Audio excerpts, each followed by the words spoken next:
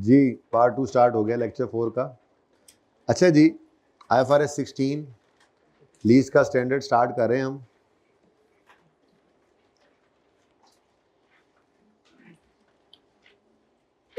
क्या नाम है आपका?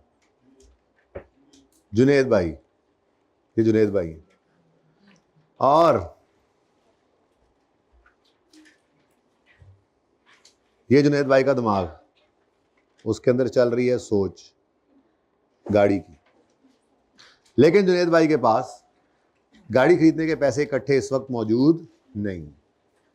तो जुनेद भाई चले गए बैंक के पास और बैंक को जाके ये रिक्वेस्ट की कि जी आप मुझे एक गाड़ी खरीद कर दे दें, बैंक या लीजिंग कंपनी।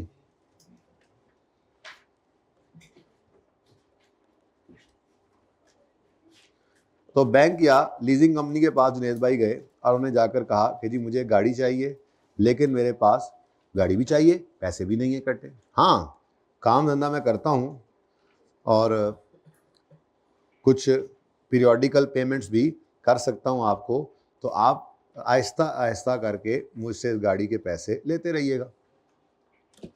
बैंक ने कहा ठीक है। बैंक वालों ने राब्ता किया होंडा वालों से। होंडा सही है, करोला लेनी है, क्या लेना है? होंडा सही, ठीक है भाई कह रहे हैं होंडा लेनी है।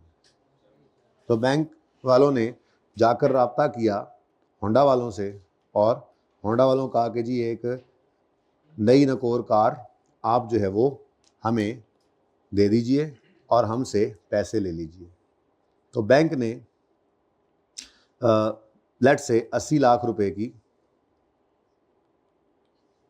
लाख लिखूं, लाख 80 लैक्स, ठीक है, 80 लाख की बैंक ने होंडा वालों से गाड़ी खरीदी और गाड़ी खरीद कर ये गाड़ी, ये वो गाड़ी है, ठीक है जी। ये गाड़ी जो है, इसका मुंह किस तरफ है ये समझ नहीं लग रही, तो इस तरफ लाइटें जला लेते हैं, ठीक है। और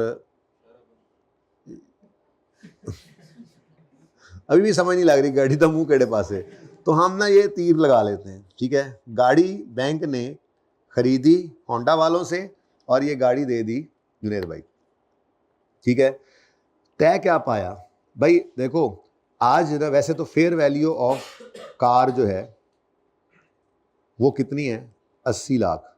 यानी कि कोई बंदा भी अगर चला जाए होंडा वालों के पास 80 लाख देकर ये गाड़ी ले ले। लेकिन भाईजान को तो 80 लाख इकट्ठे थे नहीं, तो होंडा के पास जाने की जरूरत नहीं पड़ी, बैंक के पास गए। बैंक वालों ने कहा ठीक है ये गाड़ी आप रख ले, ठीक है, और आप अगले 4 साल में 25-25 लाख करके हमें पे कर दीजिएगा। तो लीज पेमेंट्स कहते हैं इसको, लीज पेमेंट्स। तो तय क्या पा रहा है, ये अब एग्रीमेंट हो रहा है इनका आपस में, ठीक है, कि 25-25 लाख की 4 किस्तों में आपने 100 लाख वापस पे करना है। ये क्या बात हुई? ये क्या बात हुई? यानी गाड़ी तो आ गई एक ही दफ़ा में। अब गाड़ी जब आ गई तो बैंक या लीजिंग कंपनी कौन बन गया? लेसर, जिन्होंने एसेट लीज पर दिया है, ये कौन कहलाएगा? लेसर। और ये जुनेद भाई क्या बन गए? लेसी। लस्सी नहीं, लेसी, ठीक है। अब जुनेद भाई आहिस्ता आहिस्ता कैश पे करते रहेंगे। 25 लाख एक साल के एंड पर पे किया, फिर अगले साल के एंड पर एक और 25 लाख पे किया, फिर आहिस्ता आहिस्ता पेमेंट चल रही है। अब उससे अगले साल के एंड पे ज़रा ज़्यादा दूर हो गया था, 25 लाख, और आखिरकार 4 साल बाद इनकी ये पेमेंट हो जाएगी पूरी और फिर मज़ीद कोई पेमेंट नहीं करनी होगी। तो लीज पेमेंट्स फिर कितनी आई? अब 80 लाख की चीज़ बैंक 100 लाख में क्यों जुनेद को बेच रहा है? क्योंकि जुनेद ने इकट्ठे पैसे नहीं दिए, तो बैंक ने असल में ये इन्वेस्टमेंट की है। लेसर ये इन्वेस्टमेंट ही करता है, 80 लाख रुपए की इन्वेस्टमेंट की और उससे फिर 100 लाख रुपए वापस कमाए, मतलब 20 लाख रुपए का उन्होंने इसमें क्या रखा है? प्रॉफिट, इंटरेस्ट लेते हैं, ठीक है। तो इंटरेस्ट कितना आया जी इस ट्रांजैक्शन के अंदर, 100 माइनस 80 कितना जी, 20। ओके, तो ये जनाब एक सिंपल सी लीज की ट्रांजैक्शन हुआ करती है। ओके, 80 लाख की गाड़ी खरीदी बैंक ने और किस्तों पर जुनैद को दे दी। जुनैद ने गाड़ी आज रिसीव कर ली, इस्तेमाल करना शुरू कर दी और किस्तों में इसके पैसे आहिस्ता आहिस्ता करके जुनैद देता रहेगा। ओके, अच्छा, अब एक छोटी सी चीज़ और भी रिवाइज कर लें ज़रा।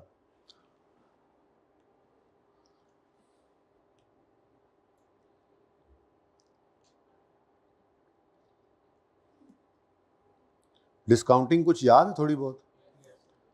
अच्छा, गुड। अगर मसलन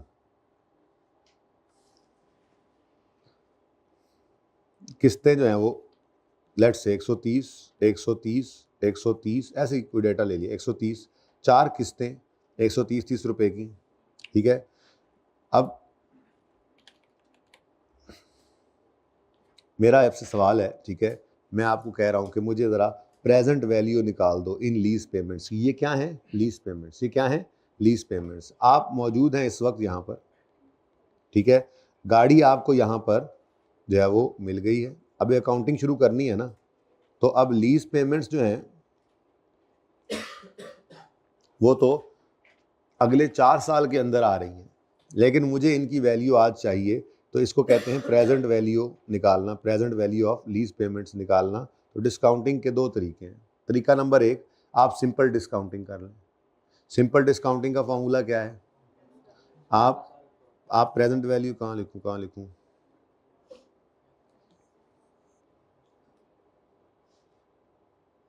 बल्कि यूं करते हैं,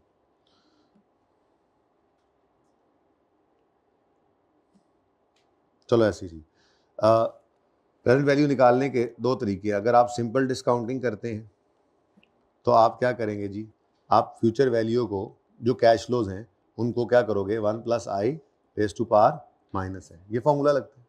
ओके, और अगर आप दूसरा केस बाद में देखते हैं, तो आपने क्या किया, आपने आज खड़े होकर, ये 2010 है, 11 है, 12 है, 13 है, 2010 के शुरू में आप खड़े, आपको एक गाड़ी रिसीव हो गई और आपने 4 किस्तें 130 रुपए की पे करनी है अगले 4 साल में।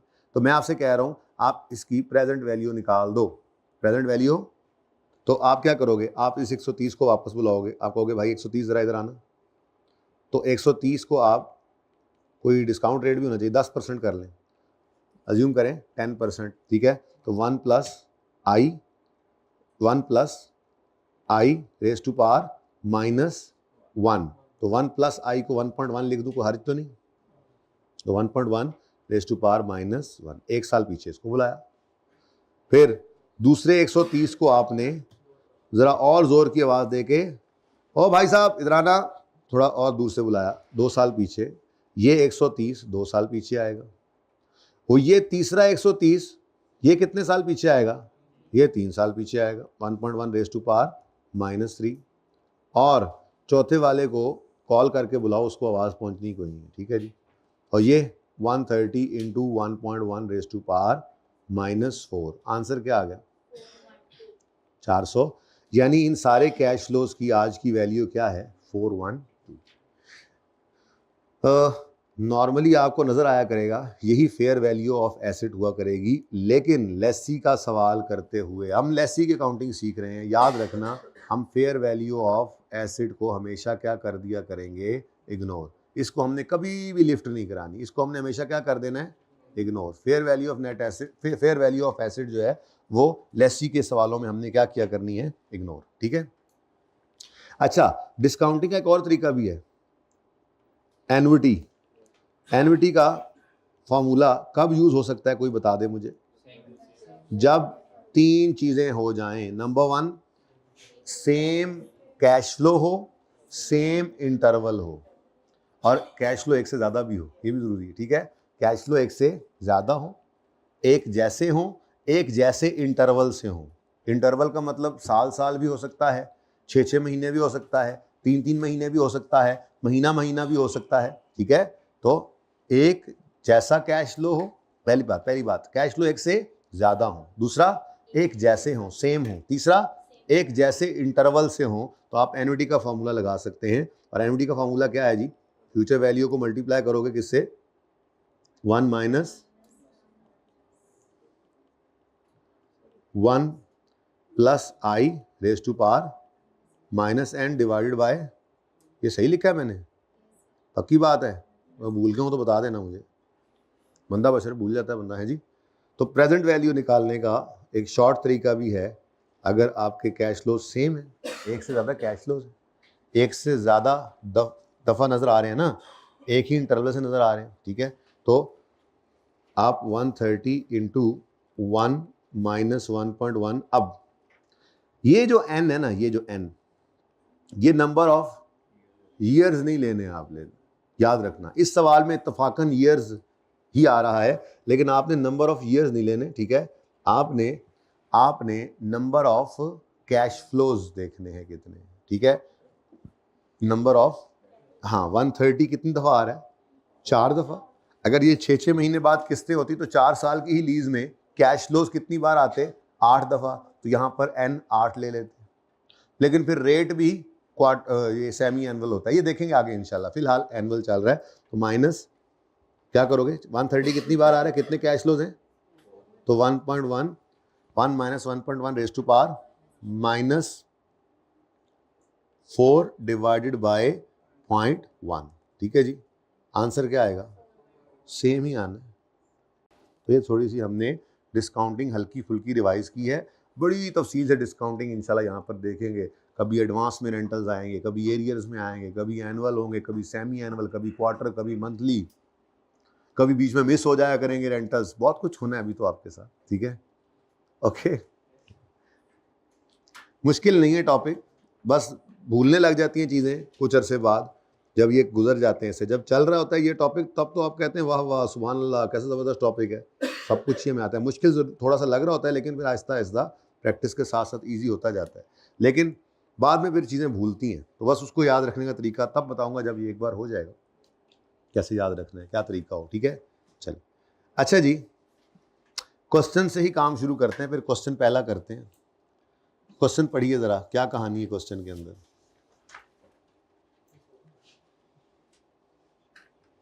क्वेश्चन पढ़िए, दिमाग के अंदर कम से कम कुछ ना कुछ तो चीज़ चलेगी ही। मैं चाहता हूं पहले आप पढ़ें सवाल को तफसील से, तसल्ली से।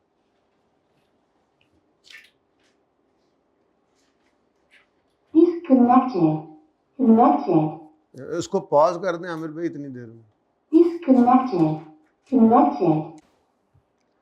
जी कोई मसला हो गया जी, कोई कनेक्शन फेल हो रहा है भाई, ऐसे कुछ हो तो फिर पॉज कर देना, ठीक है। अच्छा जी सवाल पढ़े, सवाल पढ़े।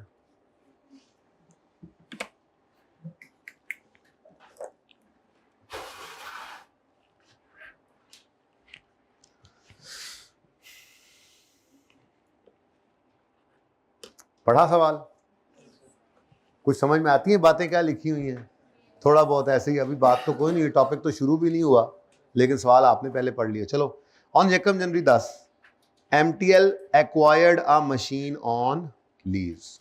तो MTL ने अगर मशीन अगर एक्वायर की है लीज पर, तो MTL लेसर हुआ ना फिर। जी बच्चों, अगर एक्वायर किया मशीन इसने लीज पर MTL ने, तो ये लेसी है। लेसी की अकाउंटिंग ही सीख रहे हैं हम, कुछ दिन लेसी की अकाउंटिंग करेंगे, पक्की हो जाएगी, फिर लेसर पे मूव करेंगे, ठीक है। अच्छा, detail of lease are as follows. भाई फेयर वैल्यू यानी कैश प्राइस मशीन की क्या है, 400, जिसको हमने क्या करना है, लेसी के सवाल में हमने इसको इग्नोर करना है, ठीक है। Next, the lease term is 4 years, ठीक है। Installment of 130 million is to be paid annually in arrears on 31 December. Ownership of asset will be transferred to lessee at the end of lease term, ठीक है। Interest rate implicit in the lease is 10%, छुपा हुआ in the lease interest rate कितना है, 10%। General entries करनी है, balance sheet बनानी है, इनकम स्टेटमेंट बनानी है और शायद हम नोट भी बना दें। ठीक है, देखते हैं अगर टाइम बच गया तो नोट तक भी चले जाएंगे। बहुत आसान काम है, मुश्किल कोई नहीं है। ठीक है, अब आपने 2 वर्किंग्स किया करनी है। सबसे पहली वर्किंग में आपको क्या चाहिए होगा, लीज पेमेंट्स और उनकी प्रेजेंट वैल्यू। मतलब बेसिकली तो आपको वर्किंग 1 में present value of lease payments ही चाहिए, लेकिन पहले लीज पेमेंट निकालेंगे फिर उनकी प्रेजेंट वैल्यू निकालेंगे। ठीक है ना, सही है, लीज पेमेंट होंगी तो उनकी प्रेजेंट वैल्यू निकलेगी ना। तो बेसिकली वर्किंग 1 में हमने present value of lease payment निकालनी है। करना क्या है उसका देखते हैं इंशाल्लाह। तो सबसे पहली वर्किंग हमारी जो हुआ करेगी, अब इसका क्या करूं समझ भी नहीं आ रही। बैलेंस ले जी, तो वर्किंग 1 में हमने लीज पेमेंट्स निकालनी है। अब मुझे बताइए सवाल पढ़ने के बाद आपको क्या नजर आया है कि क्या क्या लीज पेमेंट्स हो रही हैं इस सवाल के अंदर। बहुत सादा सा सवाल है, सवाल आगे बढ़ेंगे बहुत सारी चीज़ें और भी आएंगी, लेकिन फिलहाल सिर्फ लीज पेमेंट है। डाउन पेमेंट भी हुआ करेगी, रेंटल भी हुआ करेंगे, परचेज ऑप्शन होता है, गारंटीड रेजिडुअल वैल्यू होती है, पता नहीं क्या कुछ होता है, देखेंगे इंशाल्लाह। ठीक है, फिलहाल तो सिर्फ रेंटल्स हैं।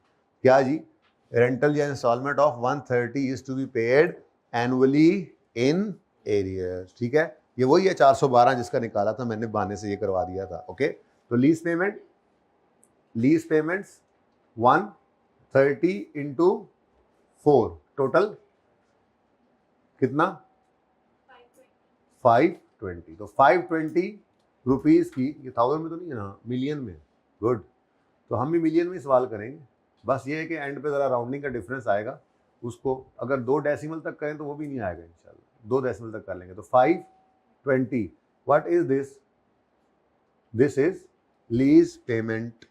लीज पेमेंट्स का मतलब होता है वो पैसे जो लेसी से लेसर को जाने, कोई भी अमाउंट जो लेसी से लेसर को जाए वो क्या है, लीज पेमेंट। ठीक है, अच्छा अब अगली बात, आपने इसकी प्रेजेंट वैल्यू निकालनी है। तो टाइमलाइन बनाने की जरूरत नहीं हुआ करती है, टाइमलाइन बनाए बगैर आपने ये लीज पेमेंट्स की प्रेजेंट वैल्यू निकाला करनी है। कैसे, वो मैं इंशाल्लाह बता दूंगा, जो अगला स्केड्यूल है उससे बनाया करेंगे। फिलहाल तो टाइमलाइन मैंने बना दी थी और इनफैक्ट मैंने आपको बातों बातों में ये प्रेजेंट वैल्यू भी निकलवा दी हुई है इसकी। ठीक है, तो यही है 130 के 4 कराए हैं एरियर में। अब 1 जनवरी 2010 को ये लीज कमेंस हो रही है, स्टार्ट हो रही है, और 4 कराए हैं एरियर में 130 रुपए के। तो यही टाइमलाइन नहीं बनती। ओके, अब प्रेजेंट वैल्यू कैसे निकालनी है, इसको छोड़ो, दोबारा इधर आकर निकालो। आप कहोगे जी यार सेम कराए हैं, सेम इंटरवल है, एक से ज्यादा कराए हैं, तो एनुटी का फॉर्मूला लगा लो, टाइम बच जाएगा। ठीक है, तो 130 इंटू 1 माइनस 1.1 कितने कराए हैं, तो -4 डिवाइडेड बाय 0.1, आंसर इज 412। यहां तक कोई मसला है तो नहीं। अगली बात, अच्छा पहला दिन है इसलिए मैं चलो इंटरेस्ट भी निकाल रहा हूं, वरना ये इंटरेस्ट यहाँ पे निकालने की जरूरत नहीं है। हाँ, लेसर के सवालों में इसको हम निकाला करेंगे, वहां जरूरत पड़ा भी करेगी, लेकिन गौर से देखो तो 520 रुपए लेसर ले रहा है लेसी से, एक ऐसी चीज के बदले में जो 412 की वैल्यू रखती है। ये 412 present value of lease payment है, यही फेयर वैल्यू भी होगी इंशाल्लाह अगर आप गौर करें तो। लेकिन हमने कभी भी सवाल से फेयर वैल्यू नहीं उठानी, हालांकि 412 ही सवाल में देखो इत्तेफाक से 412 ही है फेयर वैल्यू। भाई वहीं से क्यों नहीं शुरू कर लिया, असूल ही नहीं है। असूल वो डिफरेंट हो सकता है, कभी जाकर देखेंगे। ठीक है, हमने क्या करना है, सबसे पहला काम, लेसी का सवाल है तो सबसे पहला काम क्या करना है, लीज पेमेंट्स और फिर उनकी प्रेजेंट वैल्यू निकाल लेनी है। अब ये प्रेजेंट वैल्यू निकल आई तो बेसिकली ये वो पैसे हैं जो जिसके बराबर एसेट लेसी लेकर आ गया है। 412 रुपए इस भाई के सर पे अब पड़ चुके हैं। ये 412 रुपए इस भाई ने वापस करने हैं और किस्तों में करने हैं। ठीक है, अब हम एक स्केड्यूल बनाएंगे, बड़े ध्यान से देखिएगा। इस स्केड्यूल का नाम है, ओह इंटरेस्ट भी लिखना था, इंटरेस्ट कितना है जी? 520 और 412 का डिफरेंस है इंटरेस्ट। तो इंटरेस्ट कितना है जी? 520 माइनस 412 कितना आ गया? 108। ठीक है जी, सही है।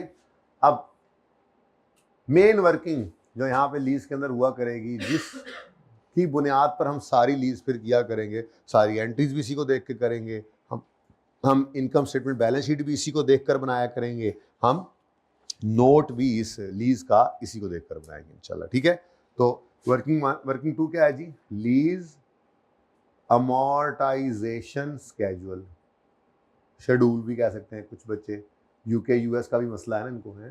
तो लीज अमोर्टाइजेशन स्केड्यूल जी, इसके अंदर कौन कौन से कॉलम्स होंगे? डेट, डिस्क्रिप्शन, एसेट, सरप्लस, वो नहीं है, अच्छा, डेट, इंस्टॉलमेंट्स। अब इधर देखो जरा, यकम, चलो बल्कि पूरा कर लें, इंस्टॉलमेंट्स। अब इंस्टॉलमेंट जो है ना वो 130 रुपए की 4 इंस्टॉलमेंट्स हैं। ठीक है, यानी टोटल में 520 रुपए लेसी ने पे करने हैं 4 साल में। लेकिन प्रिंसिपल यानी एसिड के कितने पैसे? 412। तो बाकी फिर क्या पे कर रहे हैं? इंटरेस्ट। लेकिन मुसीबत क्या है, किस्तों के अंदर प्रिंसिपल और इंटरेस्ट अलग अलग नहीं है। किस्तों में 130 की किस्त जाती है, उसमें कुछ प्रिंसिपल भी है और कुछ इंटरेस्ट भी है। हर दफा ऐसा ही होता है। तो असल मसला क्या है, हमें इससे मसला नहीं है। यकम जनवरी 2010 को हमारी लीज कमेंस होती है, स्टार्ट होती है। ठीक है, पहला किराया कब पे करते हैं हम? 31 दिसंबर 10 पे, कितना? 130। फिर अगला किराया कब पे करते हैं जी? 31 दिसंबर 11, कितना? 130। अभी नोट ना करें, एक बार ना मेरा दिल है मैं ये पूरा कर लूं, फिर मैं मिटा दूंगा, फिर आप करेंगे, फिर मैं दोबारा फटाफट नोट भी कर दूंगा। ठीक है, ओके। 130, फिर 31 दिसंबर 2012 एक और किराया आया, रेंटल 130, और उसके बाद 31 दिसंबर 2013 पर एक और किराया आया 130। अब इसमें तो कोई मसला नहीं है, तो सिंपल 4 किराए हैं। मुसीबत क्या है, हर किराए के अंदर कुछ प्रिंसिपल है और कुछ इंटरेस्ट, वो अलग अलग करना है, इसलिए ये स्केड्यूल बनाया जा रहा है। ठीक है, तो अब इस स्केड्यूल को नोट करने की वजह सिर्फ समझें, फिर आप एक बार ट्राई मारिएगा, फिर मैं मिटा दूंगा, आपको ट्राई मारने दूंगा, गलत सलत जैसा भी होगा। ठीक है, फिर दोबारा मैं आपके लिए नोट करूंगा, फिर देख लीजिएगा। ठीक है, मेन काम यही है असल में, इसी बेस, इसी बुनियाद है। इसी तरह का स्केड्यूल वहां बनना था फॉरेन करेंसी लोन में, लेकिन यहाँ पे फिर अलग से गाना जोर लगा के वहाँ अलग, तो इसलिए यहाँ से सीखेंगे, जब टाइम मिलेगा किसी वक्त तो वो 2-3 सवाल है आराम से कर लेंगे। कोई एक पूरा लेक्चर काफ़ी होगा मेरे ख्याल से, पूरा लेक्चर वो 2 टुकड़ों में कर लें, कभी एक दिन 1 घंटा 1 सवाल, क्योंकि लोन दिया भी जाता है, लोन लिया भी जाता है, तो एक दिन में वो दोनों नहीं कराऊंगा ना मैं। एक दिन लोन ले लेंगे, उसकी एंट्री सीख लेंगे, अगले दिन लोन दे देंगे, उसकी एंट्री सीख लेंगे। ठीक है ना, वो कर लेंगे आगे जाके। अच्छा, अब इधर देखो, इंस्टॉलमेंट को तोड़ना है किस किस में?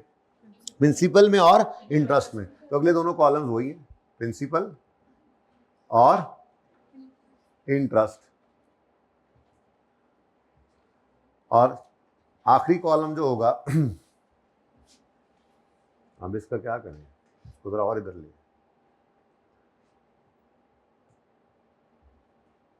प्रिंसिपल, इंटरेस्ट और बैलेंस।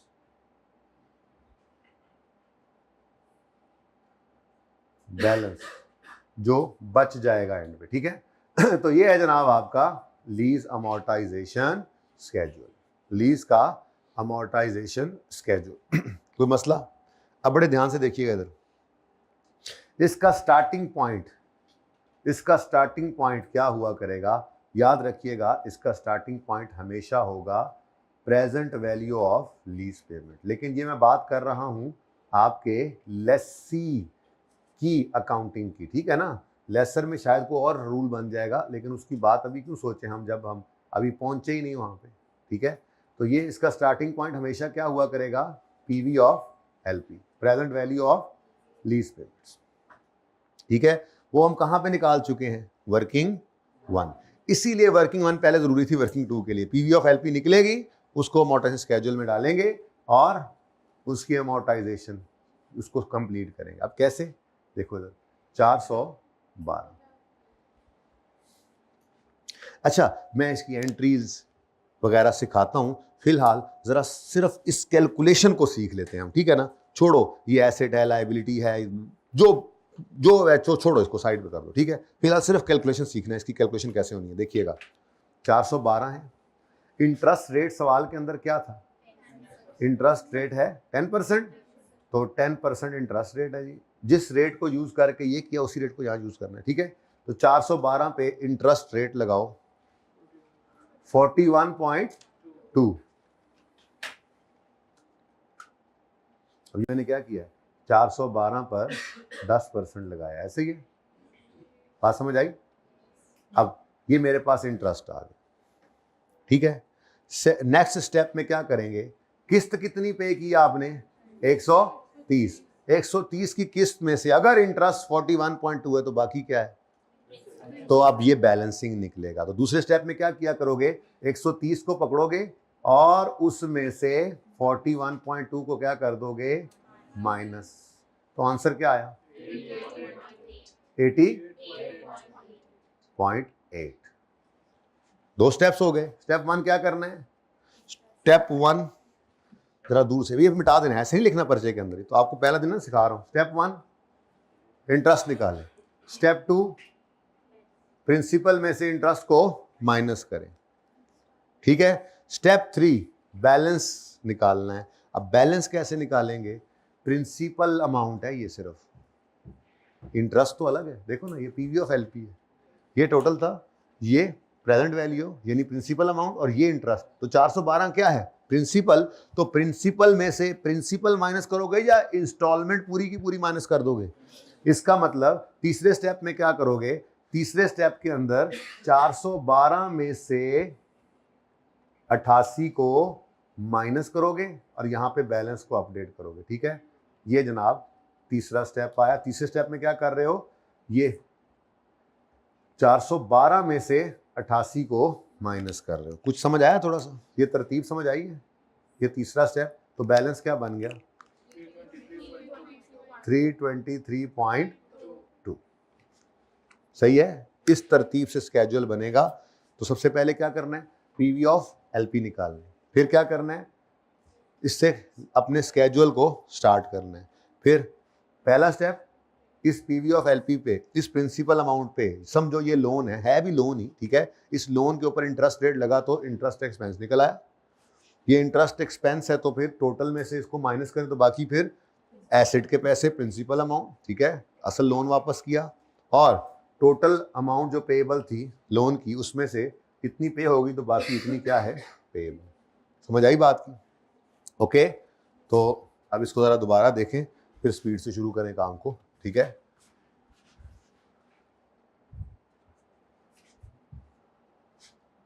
ये तीर तूर को नहीं लगाने अब मैंने, नहीं जी।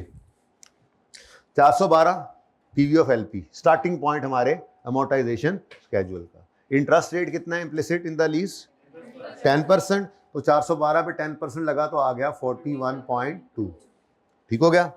उसके बाद अगर 41.2 इंटरेस्ट है और टोटल 130 की इंस्टॉलमेंट है, तो फिर 130 में से अगर 41 इंटरेस्ट पे किया तो बाकी फिर ये प्रिंसिपल है, ठीक है। अगर ये प्रिंसिपल पे हो गया है, सॉरी, ये अगर प्रिंसिपल पे हो गया है, ये अमाउंट लोन की रीपे हो गई है, तो टोटल पेएबल में से ये पेएबल निकल गया तो बाकी पेएबल कितना बचा, 323. अच्छा, अब आप भी कहोगे ये इसको लोन क्यों कह रहा है, ये लोन ही तो है, ये लोन ही तो है। मतलब मसलन हम बैंक के पास जाते, भाई बैंक के पास जाते और कहते भाईजान आप ना मुझे 412 रुपये दे दें, मैंने गाड़ी खरीदनी है। तो क्या करता बैंक, इनको लोन देता, ये एंट्री पास करते, cash debit loan payable credit. फिर जाते होंडा वालों के पास और वहाँ से जाके गाड़ी खरीद लेते, ठीक है। तो एंट्री पास करते अपने पास व्हीकल डेबिट और कैश क्रेडिट। अब ये जो कैश का आना और जाना ये नहीं है, बाकी तो सारा वैसे ही हो रहा है। व्हीकल इनके पास आ गया है, व्हीकल डेबिट, और दूसरी तरफ लोन टू बैंक क्रेडिट, ठीक है, उसका नाम बस लीज लायबिलिटी है, क्योंकि इस ट्रांजैक्शन में कैश नहीं आया कि लोन कहें, एसेट आया है, लीज्ड एसेट आया और दूसरी तरफ एक लायबिलिटी स्टैंड होगी, तो ये लायबिलिटी ही है, लोन ही है। उधार पे एसेट हमें दिया है ना उन्होंने, हमारे तो पैसे नहीं थे, ठीक है, तो ये क्या है, लोन ही तो है। तो लोन के ऊपर इंटरेस्ट रेट लगाया, इंटरेस्ट एक्सपेंस आ गया पूरे साल का, यकम जनवरी 10 से 31 दिसंबर 10 तक का इंटरेस्ट है, ठीक है, पूरे साल का इंटरेस्ट अगर ये है तो इस साल की किस्त में से ये इंटरेस्ट निकाल दो तो बाकी क्या बच गया, प्रिंसिपल। कोई मसला? अब इसको आगे बढ़ाएं, अगला साल एंड होगा तो प्रिंसिपल के ऊपर फिर इंटरेस्ट रेट लगेगा, तो ये आ गया 30.32, ठीक है। अगर अगले साल का इंटरेस्ट 32 बनता है और टोटल अमाउंट 130 पे की है तो बाकी फिर प्रिंसिपल है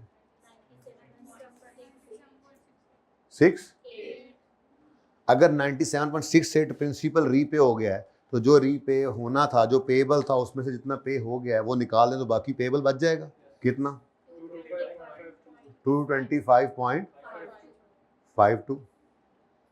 ये लायबिलिटी है। अब 31 दिसंबर 11 पर, अब 11 पर ये लायबिलिटी थी तो 12 वाले साल, पूरे साल ये पैसा समझो आपने किसी का इस्तेमाल किया, पैसा नहीं किया तो उन्होंने एसेट भी तो लेके दिया, बात तो एक ही, उनका तो पैसा फंसा हुआ है ना, ठीक है। तो एक और साल का इंटरेस्ट फिर यहाँ पे आ जाएगा, तो 222.55, 130 में से इसको माइनस करें 4, ये कैसे हो सकता है, जो यहाँ लिखा हो उसका जवाब दो ना, जो यहाँ पे 130 और यहाँ पर -22.5 करना है, ठीक है जी। आंसर बताओ, 225.5 दो में से ये माइनस करो, अब ये दोनों सामने लिखे हुए हैं 0.0। अब इस पर इंटरेस्ट रेट कितना लिख लेगा, इंटरेस्ट 11.81 कर लें, ठीक है। और इधर क्या बचा, 0.19, थोड़ा राउंडिंग का डिफरेंस आ रहा है, ठीक है, ओके, सही है। तो यहाँ पर क्या आता है आंसर, वही आंसर लिखो, इसमें से इसको माइनस करो तो माइनस ही आता है ना, कोई बात नहीं, इसको ऐसे ही छोड़ देना है आपने, मैं बता रहा हूँ आप, ओके।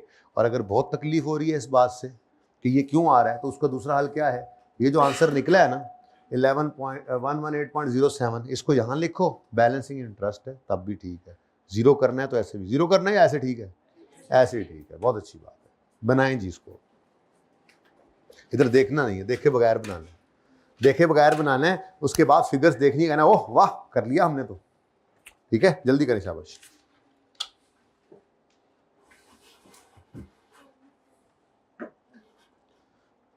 मुश्किल काम हो गया, अब आगे तो बहुत आसान काम है, जल्दी करें, शाबाश।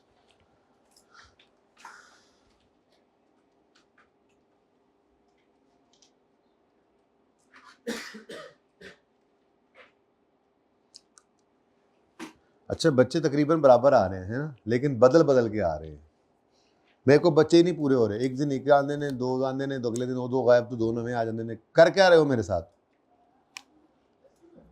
टेस्टिंग कर रहे हैं अपनी,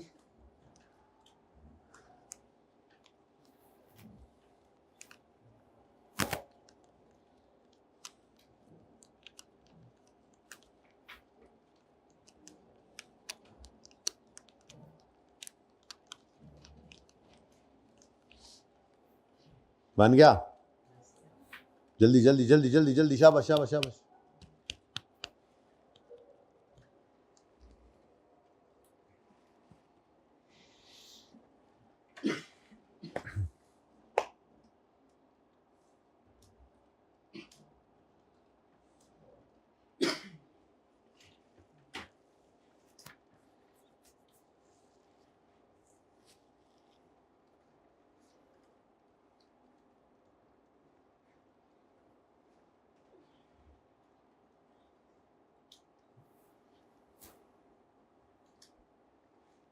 हाँ जी, hurry up, hurry up, done, साथ साथ बना रहे थे, अभी बनाया, पक्की बात है, किस किसने बना लिया जी, शाबाश।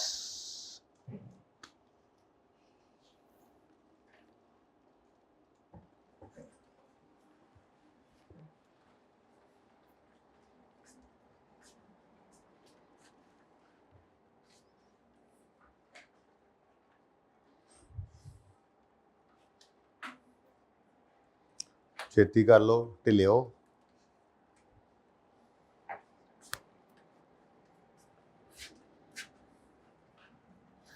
ओके, कोई लिफ्ट नहीं करा रहा। ओके, अभी भी नहीं, जल्दी करो। अच्छा, किस किस ने देख के नोट किया? हाथ खड़ा करें। मानना तो किसी ने भी नहीं है।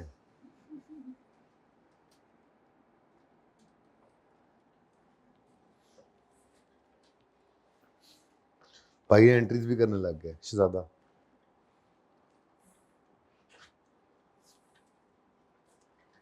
जल्दी शाबाश, जल्दी जल्दी जल्दी जल्दी कराता हूँ, तभी तो गलतियां होती हैं, है ना? है ना? ना 4 डेसिमल तक चले गए शहजादे, क्या बात है। क्या करना था? करना होता है राउंड ऑफ। अच्छा, 2 डेसिमल तक चले जाया करो, मिलियंस में फिगर हो तो ठीक है, काफी होता है। 1 तक भी काम चल जाता है।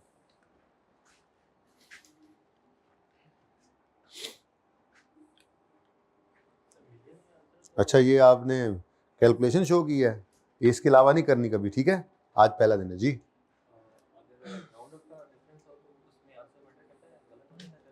मैं फेल होने के तरीके सिखा रहा हूँ क्या? यहाँ नहीं मैटर करता, बिल्कुल नहीं करता, कोई बात नहीं। आपने 1 डेसिमल यूज किया होगा। 0.12 आ रहा है इधर भी। हाँ जी,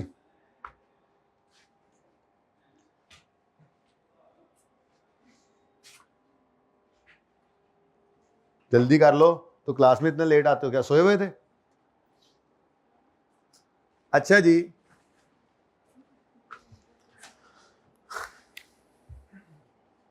वहां जाके पता लगा थोड़ा सा लाइन आउट हो गई है, लाइनें भी लगानी है मैंने, कुछ सिखाने के लिए लग रहे वहां तक पहुंच जाऊं। 118.07 118.0 लें जी। एंट्रीज की तरफ चलते हैं। अब एंट्रीज बहुत बहुत बहुत बहुत आसान है। क्वेश्चन नंबर कौन सा चल रहा है जी? 1, ठीक है। MTL है ना नाम इसका, MTL Mushtaba textile. Journal entries करने लगे हैं जी हम। सवाल को तो मैं देख ही रहा, देख लो सवाल, पता नहीं क्या ओपन हुआ हुआ, नक्शे ऐसे ही कोई टाइमलाइन ओपन हुई है। मेरा काम खत्म है सवाल से, अब मेरा कोई लेना देना नहीं है फिलहाल तो, ठीक है। अमोर्टाइजिंग स्केड्यूल मेरे सामने है, किसी को देख के मैंने एंट्रीज कर लेनी है। ओके, तो अमोर्टाइजिंग स्केड्यूल बनाने के लिए याद रखना, पहली लाइन हमेशा क्या रखनी है आपने? खाली, ठीक है। पहली लाइन खाली रखनी है। पहली लाइन में सिर्फ आपने एंड पर स्टार्ट करना है, स्टार्टिंग पॉइंट आपका एंड पे जाके आएगा बैलेंस में, PV ऑफ LP। ओके, उसके बाद स्केड्यूल आपका बन गया। अब बस एंट्रीज करनी है। तो 2 साल की एंट्रीज मांगी हुई है, 3 की मांगी हुई है, कितने साल की? 31 दिसंबर 2010, पहला साल ये। अब 1 जनवरी 10 पर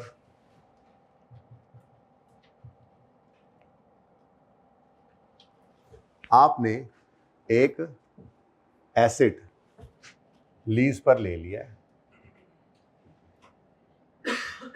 31 दिसंबर 2010, जरा इधर से कर लेते हैं, यहां कुछ लिखना चाहूंगा मैं।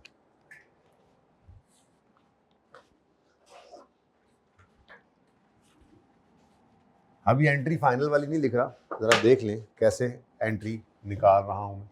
1 जनवरी 2010, अभी ना लिखिएगा। देखिए जी, आप अगर कोई नॉर्मल एसेट खरीदा करते थे उधार पे, तो क्या एंट्री करते थे? Asset debit, payable credit. अच्छा, उधार पे नहीं खरीदा, कैश पे खरीदा, asset debit cash credit.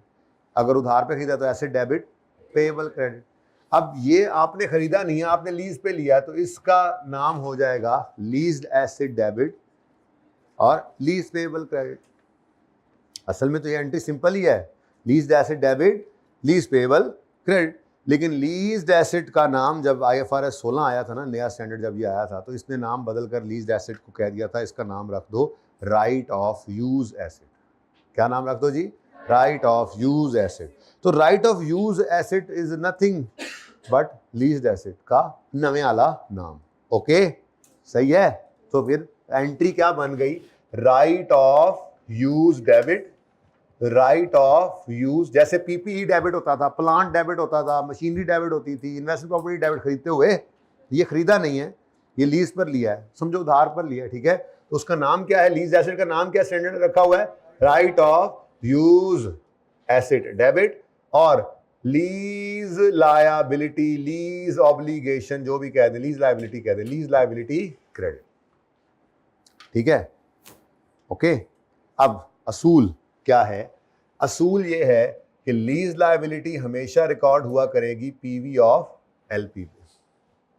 Lease liability हमेशा किस पर रिकॉर्ड किया करेंगे आप, present value of lease payment पर। कितनी है जी present value of lease payment कितनी है यार, दूसरे साल दी एंट्रियां भी करनी है। Present value of lease payment यकम जनवरी 2010, right of use asset debit, right of use asset debit,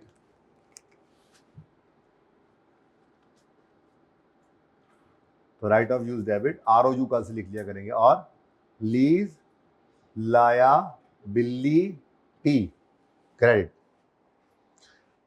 असूल याद करने हैं साथ साथ, ठीक है। तो लीज लायबिलिटी हमेशा किस पर रिकॉर्ड करनी है आपने, present value of lease payment. अभी पूरी बात नहीं है, फिलहाल के लिए हमेशा यही है, ठीक है ना, आगे बड़े होंगे तो देखेंगे, फिलहाल तो यही है, तो देख लें, यहीं से शुरू किया आपने पीवी ऑफ एलपी से, ओके। अच्छा तो कितना है जी 412, लेकिन राइट ऑफ यूज फिलहाल तो जरूरत नहीं है, सीधा सीधा ही एक ही फिगर है, पर आप इस वर्किंग से निकाला करेंगे, ये वर्किंग मैं आपके सामने आज यहां पर करने लगा हूं, वर्किंग 3, और वो क्या है जी, cost of right of use.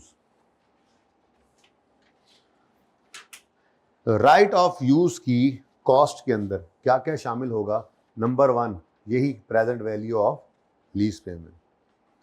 जैसे पीपीई की कॉस्ट याद निकाला करते थे, क्या क्या जी इसमें शामिल होता है, इसमें जी परचेज प्राइस है, प्लस ट्रांसपोर्टेशन कॉस्ट है, प्लस इंस्टॉलेशन कॉस्ट है, प्लस टेस्ट रन कॉस्ट है, याद आ रहा है।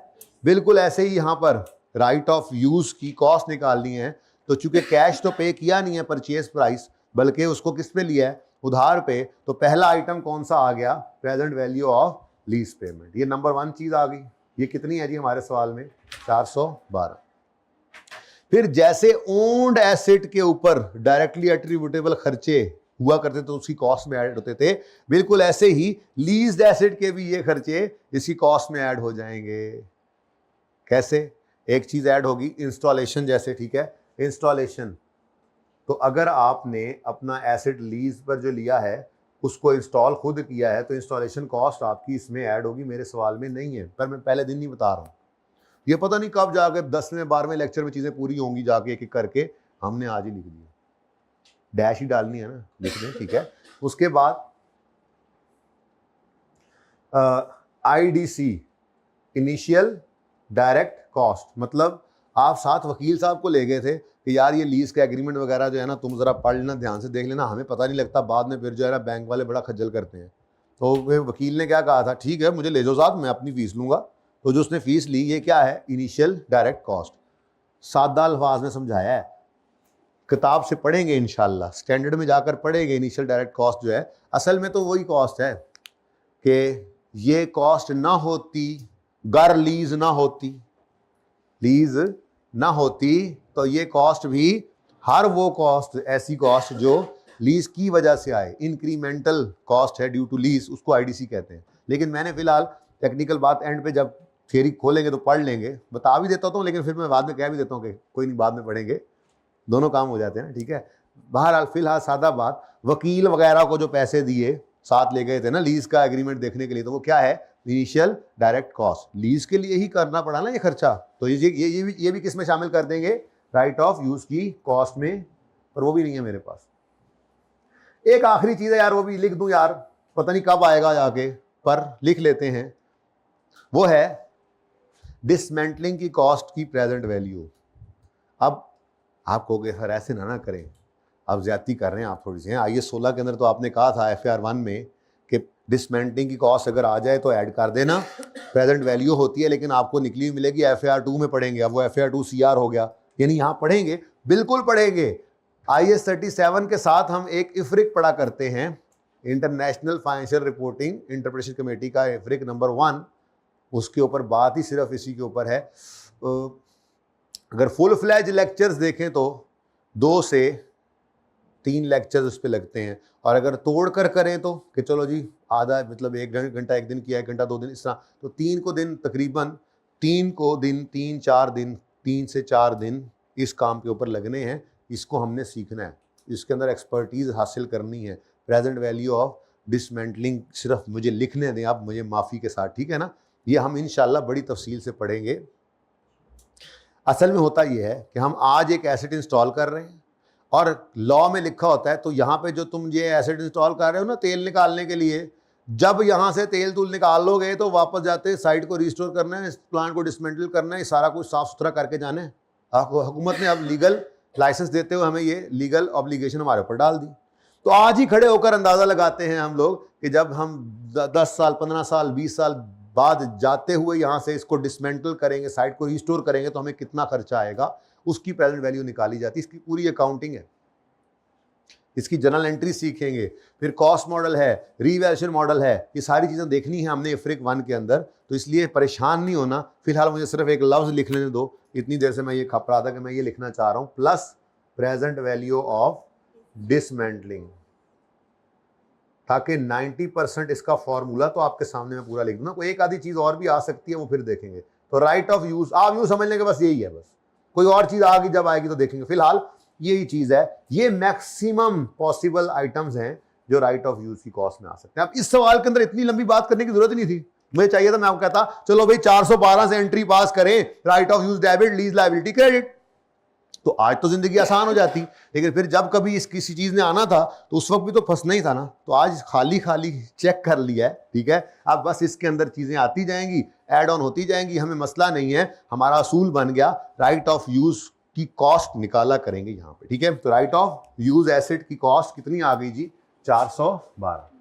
ये इस सवाल के अलावा मैं ऐसे लिखूंगा भी नहीं, क्योंकि अभी तक तो 2 से 3 दिन 4 दिन इनमें से कोई भी चीज़ नहीं आनी। दूसरे तीसरे चौथे दिन जाकर कहीं IDC ने आना शुरू करना है, फिर इंस्टॉलेशन वगैरह कभी आ जाएगी पास पेपर्स में जाके। तो हैवी बात थी लेकिन शुरू में ही कर दी, ठीक है।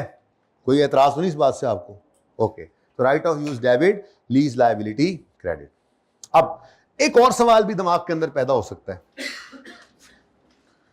कोई बच्चे ऐसे होते हैं ना जिनका नॉलेज होता है, जरा इन बातों का नॉलेज काफी, तो कोई बच्चा यहां से उठ के भी कहेगा एक्सक्यूज मी सर, ये तो बैंक के नाम होता है एसेट, बैंक के नाम होता है एसेट, आपने कैसे रिकॉर्ड कर लिया? ओनरशिप तो होना जरूरी है। किसी के ज़हन में ये सवाल नहीं आ रहा? नहीं, एसेट को रिकॉर्ड करने के लिए, एसेट का आपके नाम होना जरूरी है ना। अब अकाउंटिंग के अंदर आपके नाम होना जरूरी नहीं है, क्योंकि अकाउंटिंग के अंदर एक कॉन्सेप्ट है सब्सटेंस ओवर फॉर्म। क्या जी? सब्सटेंस ओवर, इंट्रो में पढ़ते हैं, ठीक है। सब्सटेंस, तो सब्सटेंस कहते हैं रियलिटी को, कि ट्रांजैक्शन की रियलिटी देखो, सिर्फ legal form, mayor legal form को ना देखते रहो। फॉर्म मतलब लीगल फॉर्म, यानी आप यूं कह लें अकाउंटिंग की दुनिया में कहा जाता है कि जो ट्रांजैक्शन की रियलिटी है वो छा जाएगी लीगल फॉर्म के ऊपर। हम सिर्फ लीगल फॉर्म को नहीं देखा करते। लीगल फॉर्म तो क्या है? लीगल फॉर्म तो क्या है? ये एसेट भी बैंक के नाम होगा, तो क्या मतलब ये एसेट ही बैंक का है? स्टूडेंट कहता है नहीं भाई, ये सारी जिंदगी तकरीबन एसेट जो है ये हमारे इस्तेमाल में ही रहना है, रिस्क एंड रिवॉर्ड ट्रांसफर हो गए हैं, उसने तो सिर्फ अपनी इंस्टॉलमेंट को सिक्योर करने के लिए इस एसेट को अपने नाम रखा हुआ है, इसलिए हम लीज्ड एसेट को भी अपनी किताबों में रिकॉर्ड करते हैं। लेसी की बैलेंस शीट में ये नजर आएगा, right of use asset. Got it? सही है, चलें आगे। अब ये एंट्री तो हो गई, ये मैंने अभी तक सिर्फ ये एंट्री की है 412 लीज लायबिलिटी, और ठीक है वही सेम ही था, ओहो 412 टोटल, ठीक है। तो 412 की 412 राइट ऑफ यूज डेबिट और लीज लायबिलिटी क्रेडिट, डन हो गया। सही है, कोई मसला, कोई मसला, ओ कोई मसला। अब आया 31 दिसंबर, 31 दिसंबर पे हमने किस्त पे की है, तो ये इंस्टॉलमेंट 130 की पे की, तो ये 130 हमारे कैश में बढ़ गया या कम हो गया? बढ़ गया या कम हो गया? तो कैश डेबिट या क्रेडिट? भाई जर्नल एंट्री करनी है ना, जर्नल एंट्री बना रहे हैं, ठीक है। कैश क्या हो जाएगा? 130 से क्रेडिट, ठीक है। चलो एंट्री लिखते हैं। 31 दिसंबर आया जी, और 31 दिसंबर 2010 पर आपने कैश क्रेडिट कर दिया, कैश या बैंक, जैसे भी पेमेंट किया आपने, तो ये कैश या बैंक जो भी है वो क्रेडिट हो गया। कितने से? 130, ठीक है। तो ये cash credit, principal amount loan की रीपे हो रही है, यानी लीज लायबिलिटी रीपे हो रही है। इसी में से माइनस किया था ना तो ये निकालने के लिए, तो इसका मतलब लायबिलिटी क्या हो रही है? रीपेमेंट से कम। लायबिलिटी की नेचर क्या होती है? तो कम होगी, तो इसका मतलब लीज लायबिलिटी डेबिट हो गई। लीज लायबिलिटी डेबिट हो गई कितने से? 80.8 से, ठीक है। लीज लायबिलिटी डेबिट 88.8 से। उससे अगली चीज क्या नजर आ रही है आपको? इंटरेस्ट एक्सपेंस है या इनकम है? इंटरेस्ट एक्सपेंस है। इंटरेस्ट एक्सपेंस बढ़ रहा है तो इंटरेस्ट एक्सपेंस से बढ़ना डेबिट, तो इंटरेस्ट एक्सपेंस भी डेबिट। तो ये जनाब आपकी जब रेंटल पे होगा तो ये एंट्री हुआ करेगी, lease liability debit, interest expense debit, और कैश या बैंक क्रेडिट। लो जी, खत्म हो गई जो लीज। और क्या है, बस यही है। तो लीज इनिशियल मेजरमेंट भी सीखी हमने, lease asset, right of use, initial measurement क्या क्या आ सकता है उसके अंदर, ये देखा। लीज लायबिलिटी में तो सर पीवी ऑफ एलपी आती है। तो आपने लीज एसेट को जब लिया तो उसकी एंट्री पास की, ठीक है। Right of use debit, lease liability credit. नहीं समझ आ रही? ओके। किस्त पे की तो क्या एंट्री बनी? प्रिंसिपल कम हुआ ना पेमेंट से, तो lease liability debit. Interest expense, expense बढ़ा है, इंटरेस्ट एक्सपेंस डेबिट, और कैश क्रेडिट, ठीक है। अब देख लो, लीज लायबिलिटी 412 थी, उसमें से 88.8 निकल गया, तो बाकी यही बचा पड़ा होगा बैलेंस शीट में। वो बैलेंस शीट भी बनाते हैं। यहां तक कोई मसला है तो बताओ? नहीं? और कुछ करना है तो सोच के बता दो। चुप कर जा तो 1 मिनट। और कुछ करना है तो बताओ, और कुछ करना है तो बताओ। आप भी पुराने हैं जी बच्चों। ये एक एसेट है, ये एक, सारे बोलो, ये एक एसेट है। बस नाम इसका क्या? Leased asset, right of use. देखो ना, आपको यूज का राइट मिला है, इसीलिए आप इसको एक एसेट कह रहे हो। कितने साल का राइट मिला है यूज करने का? 4 साल का। तो जब साल एक गुजर गया तो फिर क्या इसको डेप्रिशिएट नहीं करना पड़ेगा? इसका मतलब नहीं करना पड़ेगा। तो बोलो ना, फूटो ना, थोड़ा सा जागो ना, ठीक है। तो अगर आपने इसको डेप्रिशिएट करना है तो डेप्रिसिएशन की एंट्री तो वही है जो बचपन से आज तक आपने सीखी है। Depreciation expense debit, accumulated depreciation. अब बस वो पीपीई की अकोमोडेशन होती थी, ये राइट ऑफ यूज की है। ओके, सही है। तो डेप्रिसिएशन यहां पे निकाल लें जी।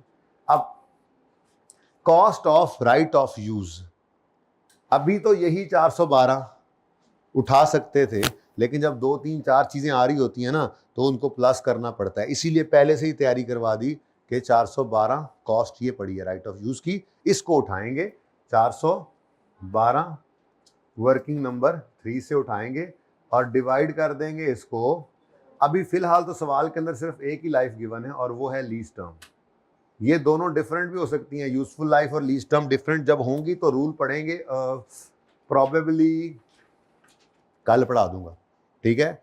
कल फिर रूल पढ़ेंगे। लेसी का डेप्रिसिएशन का रूल है, अभी नहीं पढ़ाया, पहले दिन सारा कुछ थोड़ी पढ़ाया जा सकता है, ठीक है। डिवाइड बाय 4, आंसर क्या आ गया? 10। Depreciation expense debit, accumulated depreciation credit। ठीक है, सही है, कोई मसला? अच्छा, अगर कोई मसला नहीं है तो अगले साल की एंट्रीज फिर पहले आप कर दो। अब ये ना कहना हमने पहले पिछले साल की एंट्रीज तो की नहीं है, वो बाद में कर लेना, मसला क्या है? शाबाश शाबाश शाबाश, अगले साल की एंट्रीज करो।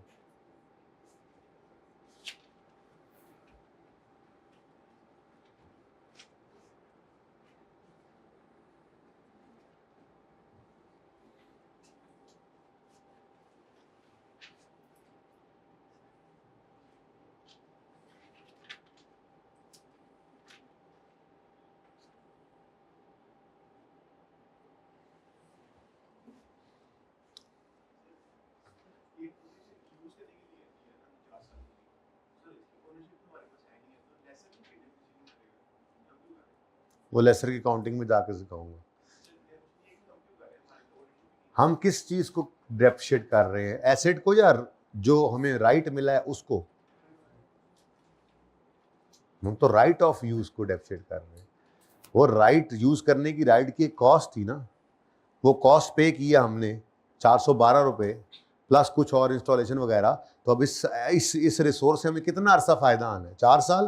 तो 4 साल पे उस राइट ऑफ यूज को डेप्रिशिएट कर रहे हैं हम, तो उस एसेट को करेंगे डेप्रिशिएट। बाकी ये बड़ी लंबी कहानी, 15-16 दिन चलना है इस टॉपिक ने, छोटा उससे ऊपर भी चला जाए तो थोड़ा बहुत अगले के साथ साथ, तो फिर बहुत सारी चीज़ें भी तो आनी है।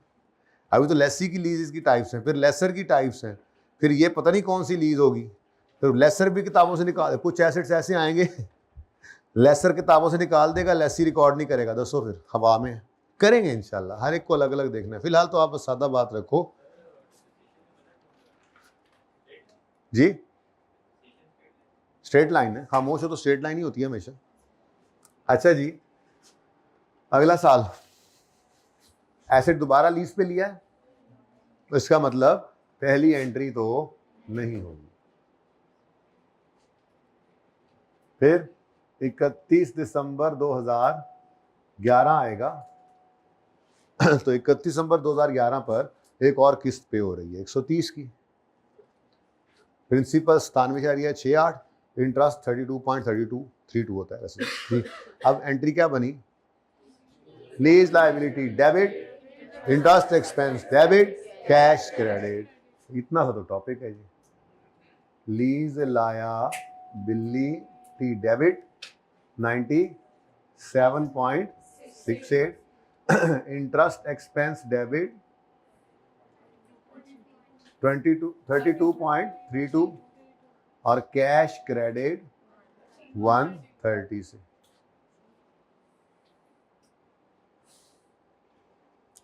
उसके बाद ईयर एंड आ गया, एक और साल गुजर गया, आपने एक और साल इस लीज एसेट को यूज कर लिया, तो 31 दिसंबर 11 पर आप एक और साल की डेप्रीसिएशन चार्ज कर दें। Depreciation expense debit, accumulated depreciation credit, straight line है तो 103 ही चलता रहेगा।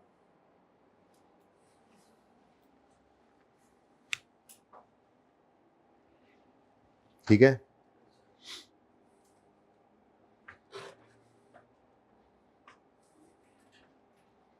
अच्छा मैं एंट्रीज मिटाना चाह रहा हूँ, पिक्चर लेनी है तो ले लो, क्योंकि एंट्रीज को देख के आप ज़रा जल्दी जल्दी बैलेंस शीट इनकम शीट बना लेते हैं। मैं नहीं चाहता कि आप उनको देख के बनाएं, क्योंकि पर्चे में आपसे एक्सट्रैक्ट्स मांगे तो आप क्या पहले एंट्रीज करके फिर एक्सट्रैक्ट्स बनाएंगे? Entries done?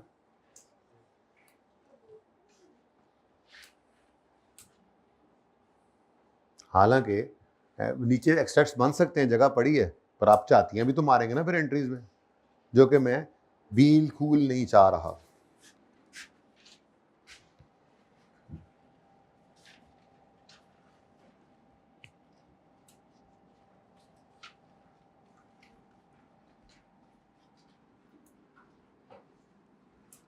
चलो नोट कल बना लेंगे, इतना आसान है नोट इसका कि ना पूछो।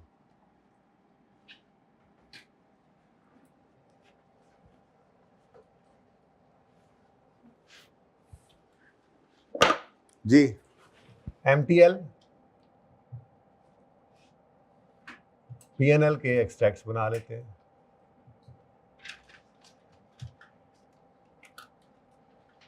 अच्छा, साल कौन कौन से हैं जी? 2010 और 31 दिसंबर 2010। एक काम क्यों ना करें, कल की तस्वीर इनसे ले लेंगे यहां से, है ना, आते साथ नोट बना लेंगे, जगह नोट की यहीं पे रख लेते हैं।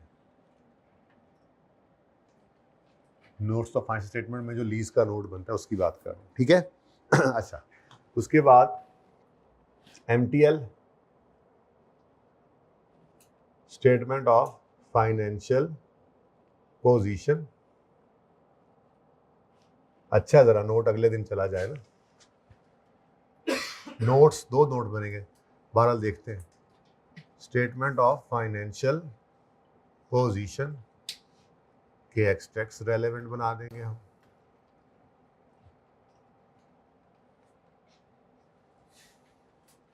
– 2010 है और 2011।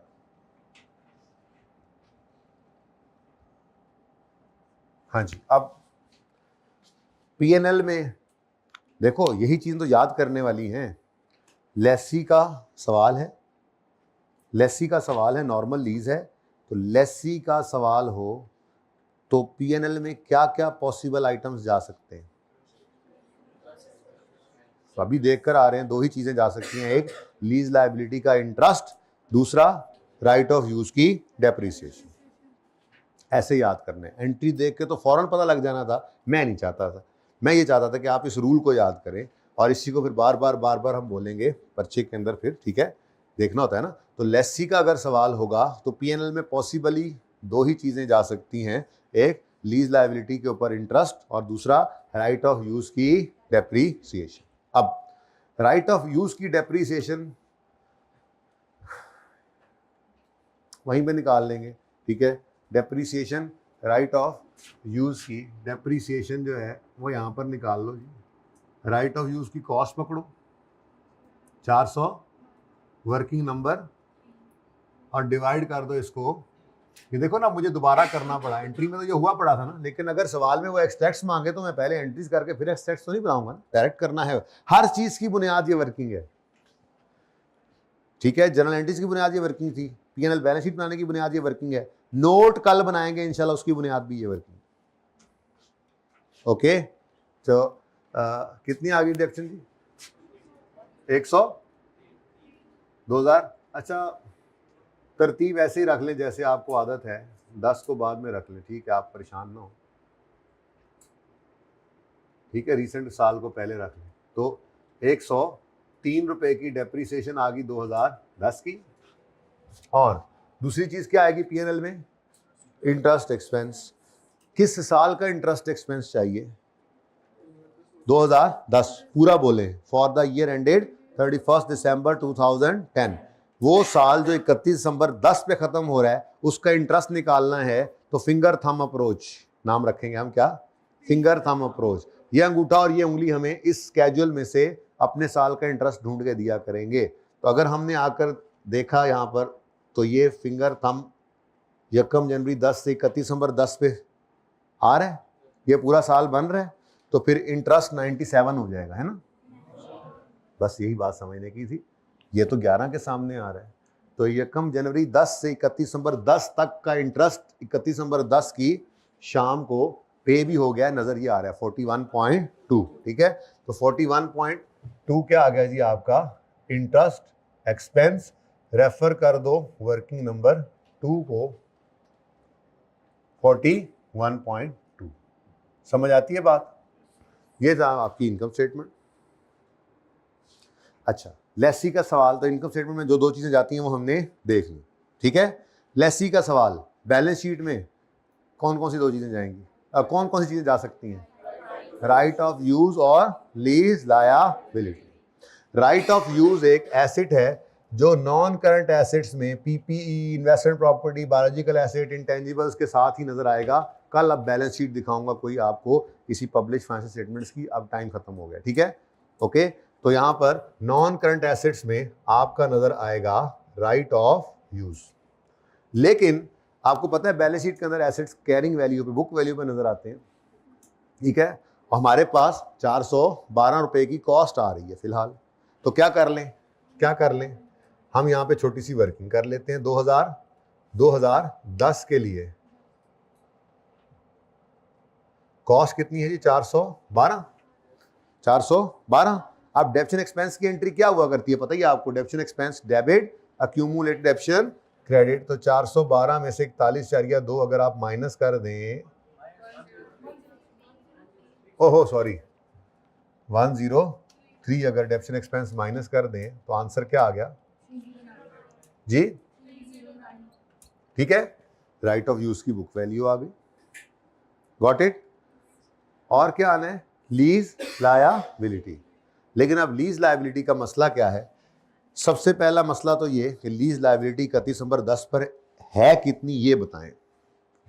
412 नहीं, क्योंकि 31 दिसंबर 10 की शाम को एक किस्त हमने पे की जिसमें 88.8 जो है वो ऑब्लिगेशन पे हुई लीज वाली। तो लीज ऑब्लिगेशन बाकी कितनी है? 323.2। तो फिर असूल क्या है? लीज लायबिलिटी निकालने के लिए एक टूल इस्तेमाल किया करेंगे हम। जैसे इंटरेस्ट एक्सपेंस निकालने के लिए हमने फिंगर थंब अप्रोच इस्तेमाल की, ऐसे ही लीज लायबिलिटी निकालने के लिए हम लाइन का इस्तेमाल करेंगे। किसका?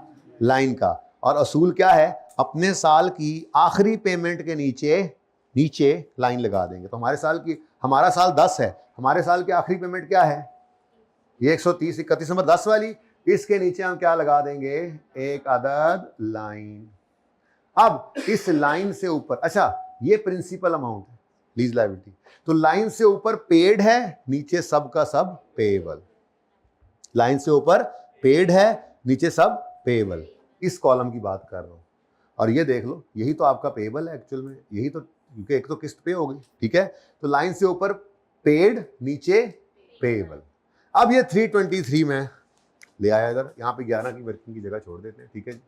अच्छा, तो नॉन करंट लायबिलिटीज में मैंने आकर लिखा लीज लायबिलिटी, और लीज लायबिलिटी लिखकर वर्किंग नंबर 2 का रेफरेंस दिया और 323.2 लिख दिया। सही है ना? सही नहीं है। क्या ये सारी लीज लायबिलिटी नॉन करंट में जानी चाहिए? ये 323 में से 97.68 अगले 12 महीने में पे हो जाना है। 31 दिसंबर 10 पे खड़े होकर देखें तो 31 दिसंबर 11 तक एक साल बनता है। तो ये प्रिंसिपल अमाउंट है ना, ये प्रिंसिपल अमाउंट, ये लायबिलिटी है जिसका वो 412, इसका टोटल करो ना, इसका टोटल करो तो 412 आएगा। मतलब ये वही लीज लायबिलिटी है जिसको आपने तोड़कर लिखा हुआ, ठीक है ना। तो लीज लायबिलिटी है, टूटी हुई है, तो ये लीज लायबिलिटी 323 में से ये 97.68 अगले 12 महीने में क्या हो जाना है? रीपे हो जाना है। तो इसलिए ये सही नहीं है, ठीक है। कुछ करंट, कुछ नॉन करंट। तो करंट लायबिलिटी में आपने क्या लिखना है फिर? Current portion of lease liability. जैसे लोन का भी करंट पोर्शन आप FAR 1 में निकाला करते थे, याद है ना। तो ये वर्किंग नंबर 2 से आपने निकालना है। ये कितना नजर आ रहा है? 97.68। 97.68। अच्छा, अगर ये 97.68 करंट है तो फिर ये देखो, ये सारे का सारा क्या है? Non current. जरा कैलकुलेटर उठाओ, जल्दी से कैलकुलेटर उठाओ।